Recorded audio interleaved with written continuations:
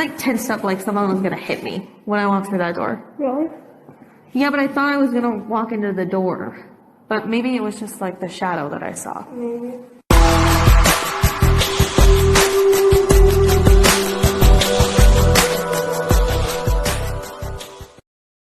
Amber, firstly, let me start by thanking you for taking the time out today to answer my questions. And what a great privilege it is to have you as our first guest on Parrot Blend. Thank you so much. I'm so happy to be finally doing this where I can just chat with you and be able to answer your questions. So thank you for having me. Amber, you have been involved in the paranormal for some time now. Can I ask what kicked off the interest for you? So the thing that got me interested in the paranormal was my attachment. So that happened when I was 15. So I was very young, and I had all these occurrences that I really just didn't understand. And I did meet a lady who claimed that she was a psychic, and she told me what was going on. And she said that I had an attachment that fed off of my negative energy. And the only way that I could get rid of it was if I just got rid of all of the negative things that were happening in my life. And it took me a while to get rid of it, but it was something that was really, really scary for me and that I really didn't understand. But that's how I got involved. I actually ended up meeting some other people. For a long time, I kind of went like by myself, just didn't really talk about any of the events that happened. And quite a few years later, I actually met a group of people who had gone through quite a few of the same occurrences that I had gone through. And I just thought that it was so amazing that other people had gone through this, and that, you know, I wasn't the only person who had these kind of things happening. And we hit it off, and then we started our own little group, and we would go and we would kind of feel out the place and help people with their paranormal attachments, which was awesome. So that's kind of how it's grown into like this thing that I do now. What was it like doing that first investigation? What was it like doing the first investigation? It was so long ago. So when, like I mentioned, when I was doing house calls, we weren't using equipment. We were actually studying with our one friend who claimed to be a medium. So we were working on mediumship, working on feeling the changes in your body, things like that. And we never did equipment when we did that. So now that I have transitioned into doing bigger locations and things like that, I do equipment now. And so I'd say the first investigation that I did with equipment was Hillview Manor. And I wasn't scared. I was actually really, really excited. But it was just so, I don't know, it was just so different from anything that I had done before, because like a lot of the places that you go to, you're doing it to help somebody. Like, and I'm not saying that when you go to bigger places, they're not small people who are reaching out looking for answers. You go to these big places and so many like ghost adventures went here and like somebody did this or like somebody did that. And when you go to these big places, it's a lot different than house calls, because essentially you're kind of doing this for fun or for like scientific reasons. But when you're doing house calls, you're not necessarily doing that. You're helping somebody. You're trying to make their lives better, essentially, make their lives more comfortable. And when you're doing big places, like just even haunted places in general, like Madison Seminary and things like that, it's not necessarily for the help of somebody that, you know, like you're trying to really get rid of something or things like that. You're actually not allowed to do that. So this investigation, like decided it was gonna fall down. So this specific investigation, it was more so for fun or like scientific reasoning. At this point, it was more so for fun than anything. So I had gone with Sabrina and we were going to basically have fun. And that's what we did. And I loved it so much. And I was like, you know what? Like, I really like science. So let's bring a science point of view to everything. And that's kind of how we got to that place. So, yeah. I'm always interested in what an investigator's favorite piece of equipment is to do an investigation with. What is your piece of equipment you swear by? Okay, so the thing for me that I enjoy more than any other piece of equipment is a simple audio recorder. I happen to have one here. So I wouldn't say that this one is my favorite. This is just a little cheapo guy. You can buy them at like Walmart or whatever for like 20 or 30 bucks. Now, I use my phone audio recorder because my phone has a really good microphone on it. Most smartphones do. And it's like no cost. So if you are somebody who's starting out, that's highly what I recommend. And I swear by it because usually I'm by myself.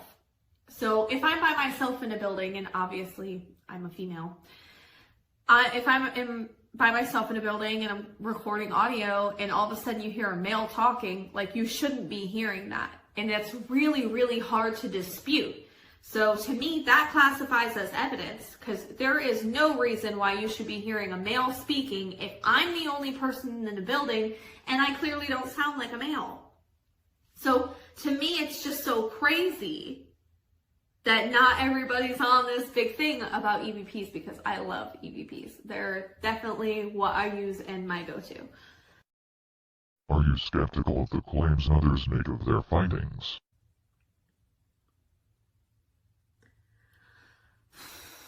Am I skeptical? All right. It's kind of a hard question. Yes, I am skeptical about the claims made by other people, and I think this is why. It's not because I'm trying to say like that's not possible or anything like that. I am what would classify as probably a skeptical believer. I still believe in the paranormal. However, I don't believe in just everything. So, for me, when people claim, you know, they found this and they did this, I try to think about a lot of other factors. You know, why were they filming in the first place? Like, is it possible that somebody could be hiding behind a doorway and causing this, or like things like that? Because unfortunately, in this field, there are a lot of people who do it for the hype. Because they get good views, they might make music, or they might make money on their YouTube or things like that. And I'm not saying that all YouTubers are like this, and I'm not pointing at anybody and saying that that's what they do. But there are people out there who do take advantage of the easy believers, and that's unfortunately what happens. So yes, I am highly skeptical about what other people have found. However, there are people who I do trust in the field where if they came to me and said, hey, I found this and I found this or whatever, I'd be like, oh my God, that's awesome. But if I don't know you personally, I'm probably going to question why you were filming or things like that, just regular things. Amber, where would you say is the most active place you've been to?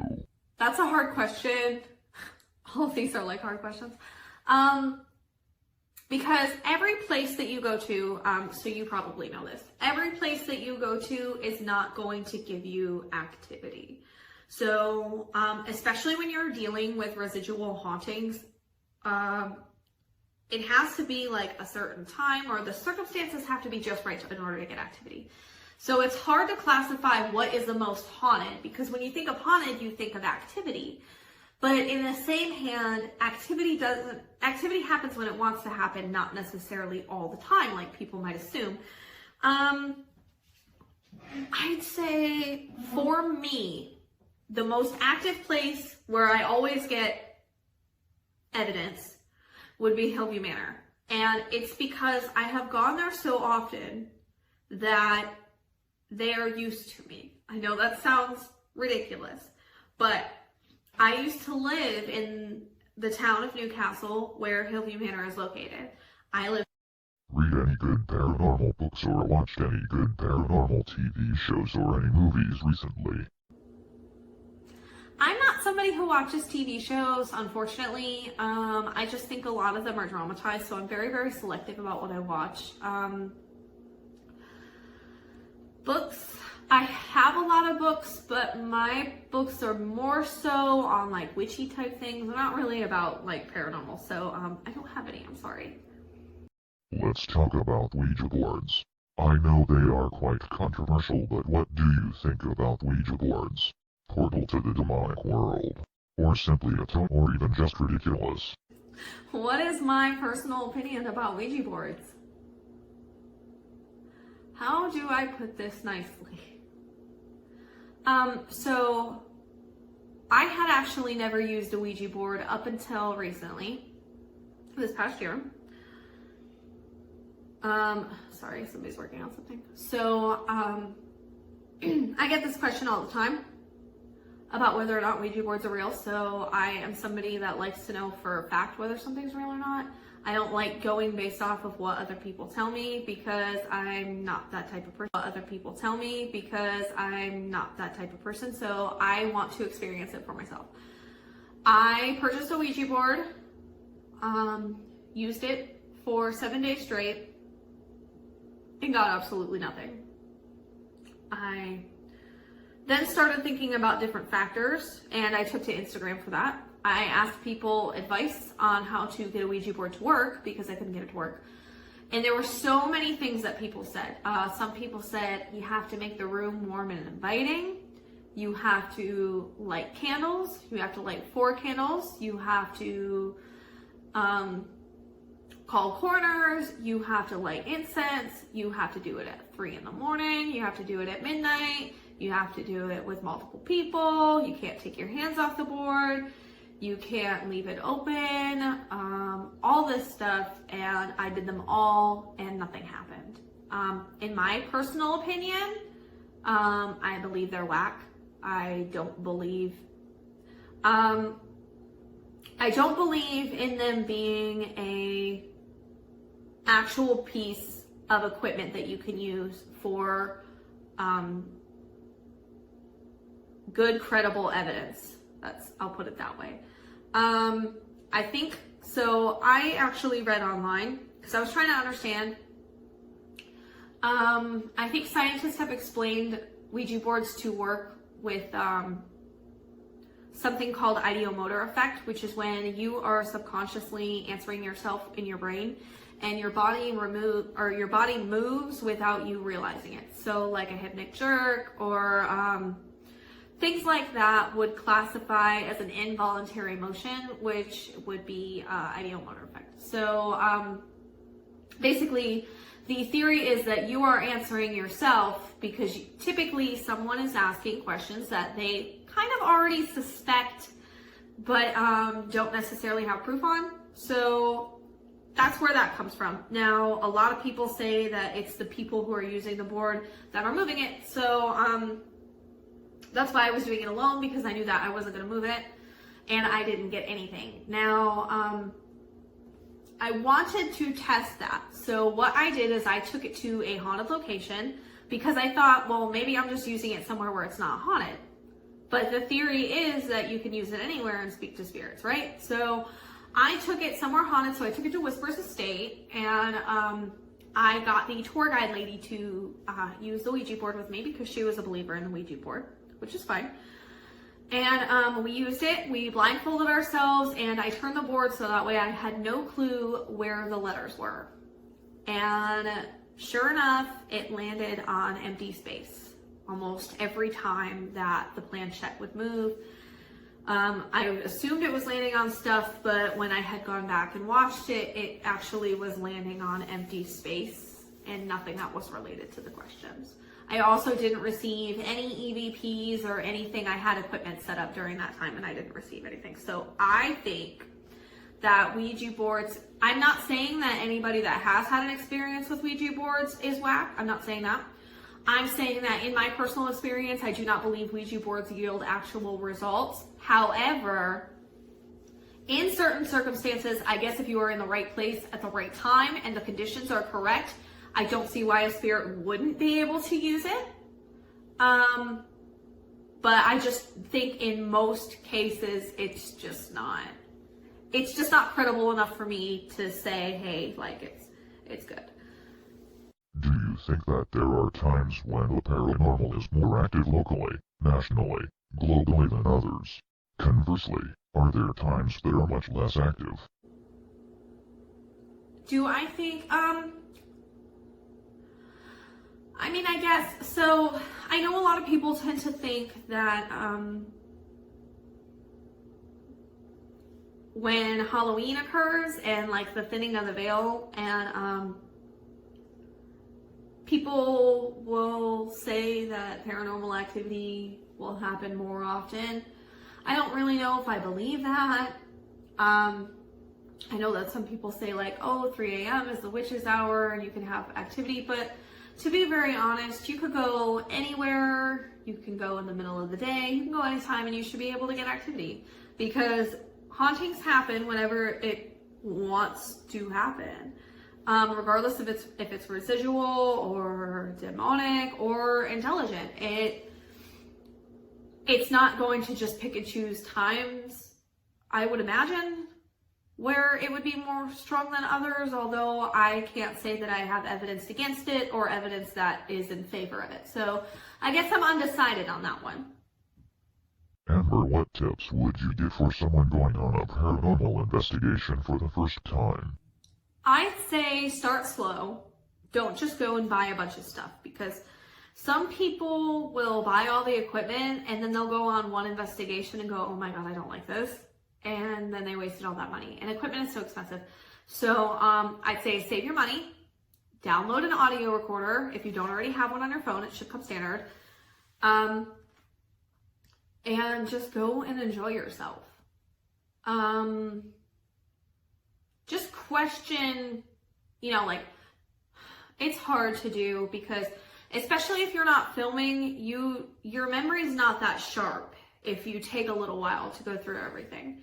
And you're like, was I doing something? Was I not doing something? And if you're just recording, you're going to have a hard time. You're going to be like, was I walking? Like, what was going on at this time? Because you weren't in the moment. So I like to record everything. And that's because I like to document that what I was doing at the time was not creating the noise that you are hearing. But I think that's going to be a little bit different because not everybody's trying to go out and prove the existence of spirits. I think some people just generally want to go out and enjoy themselves, and I think that that's okay. So if you go out, you can enjoy yourself. Be careful about the people who you are going with because there are people who believe in nothing, which is kind of like me, and then there are people who believe in everything. Figure out what you believe in and kind of align yourself with people who believe in the same thing because it's very, very difficult to investigate with people if you're somebody who doesn't believe in a lot of stuff and they're constantly jumping at every noise or they're just acting in a way that maybe you don't like. It's difficult to investigate and enjoy yourself. So make sure you find somebody who kind of thinks on the same wavelength as you and you'll have a lot more fun that way.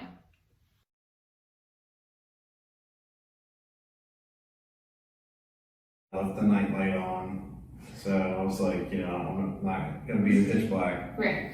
So I'm sitting there and I'm like, I got the covers up to my neck, and I'm like, okay, I'm gonna close my eyes for 1 second, and then all of a sudden the sheet went from here to my knees. I'm like, okay, somebody just pulled that off. Not tired, no more. This went off. They're both going off. Oh my God. I stopped filming for 2 seconds to pick up our stuff and leave. You're such a pleasant being to be around.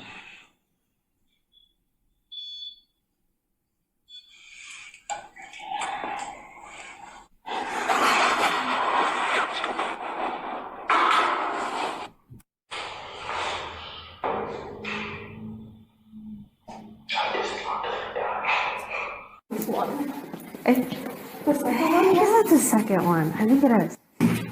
I hope it can support my weight.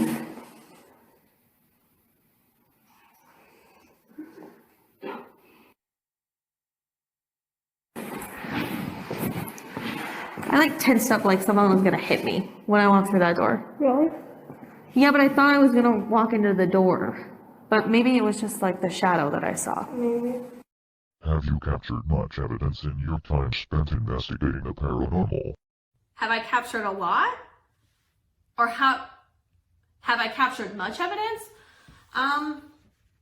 Yeah, I'd say I've captured quite a few different things that are happening. Now, I don't know how solid pieces of evidence these things are, but I've caught quite a few things from different shadows to very, very responsive voices, both in EVP and on Spirit Box. I've been able to capture a couple different shadows that were very questionable for me. I've had very, very good millimeter spikes. I've had very good conversation with just like REM pods where you ask them to step towards it and they step towards it, and you ask them to step away and they step away. It's just, it all depends on where you're going and how responsive you are. I think that they respond to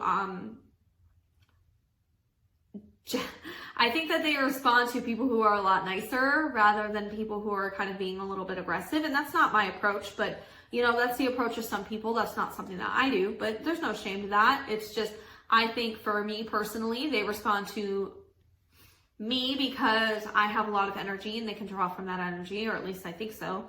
And I am a nice person, I guess. I don't know. Does me saying I'm a nice person classify as me being a nice person, or does that sound shady?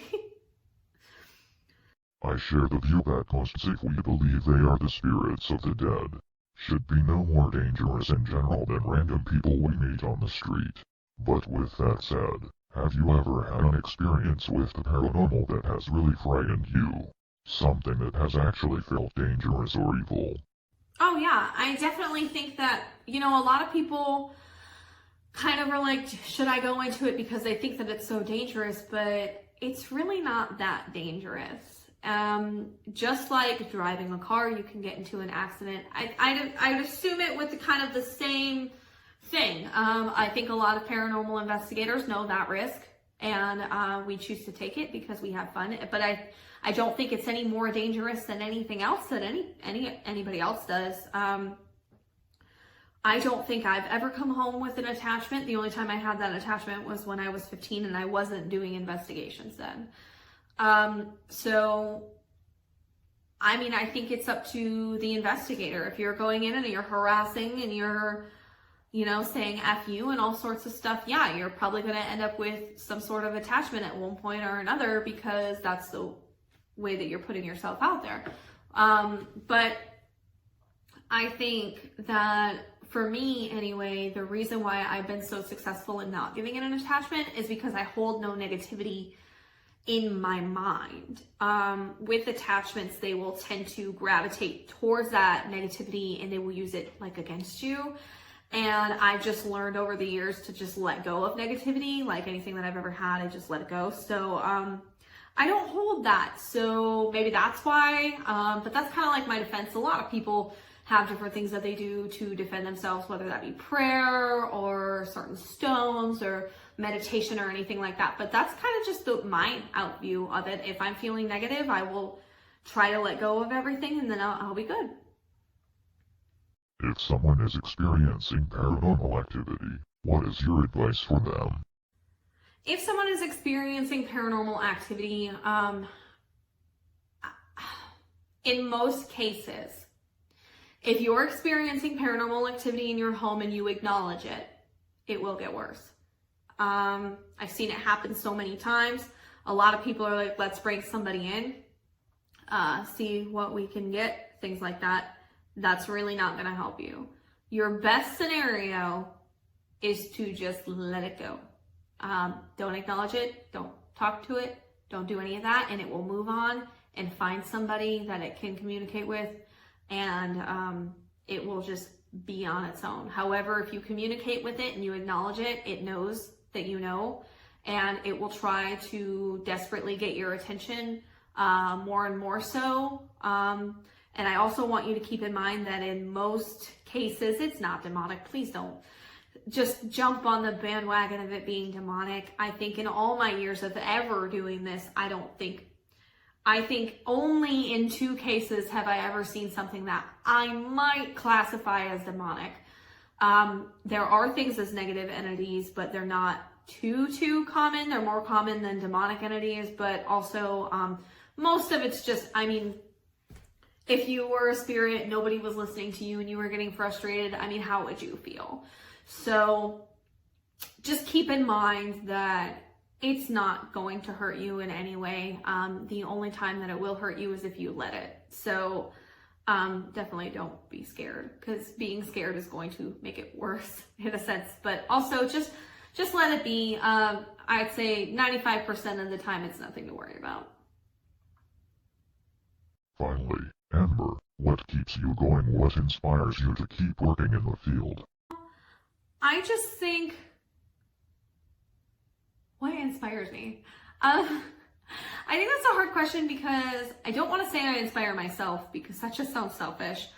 But honestly, I just feel like I'm on this big journey where I'm discovering both myself and my love for the paranormal field. I've always had a love for it, but it gets deeper and deeper as you keep going. And it's just, there's so much that you want to uncover, and you just have so many questions, and it's such a mystery, and I love the whole aspect of it. And I think that in itself is what keeps me going. It doesn't necessarily have to be somebody who's inspiring me or just things like that, because I think me, myself, I always want to be better than I was. Like, I have this goal of like ever changing and evolving and things like that. And I think to myself, and I just go, how can I evolve to this higher level where I can connect better and do things? And I just think that it's opening more doors for me, both spiritually and in my physical life. And I enjoy that so much. And I think that in itself is what keeps me going. Amber, thank you so much for taking the time out to talk with me today. It's been an absolute pleasure. I wish you all the best in your future investigations, and remember, question everything. Oh, thank you so much. It was so nice talking to you. Oh, it is so nice to be able to answer questions. Your questions were amazing. A lot of them I hadn't heard before, so I kind of had to like stop and think. So I hope I don't look like an idiot, but thank you so much for having me. It was so much fun.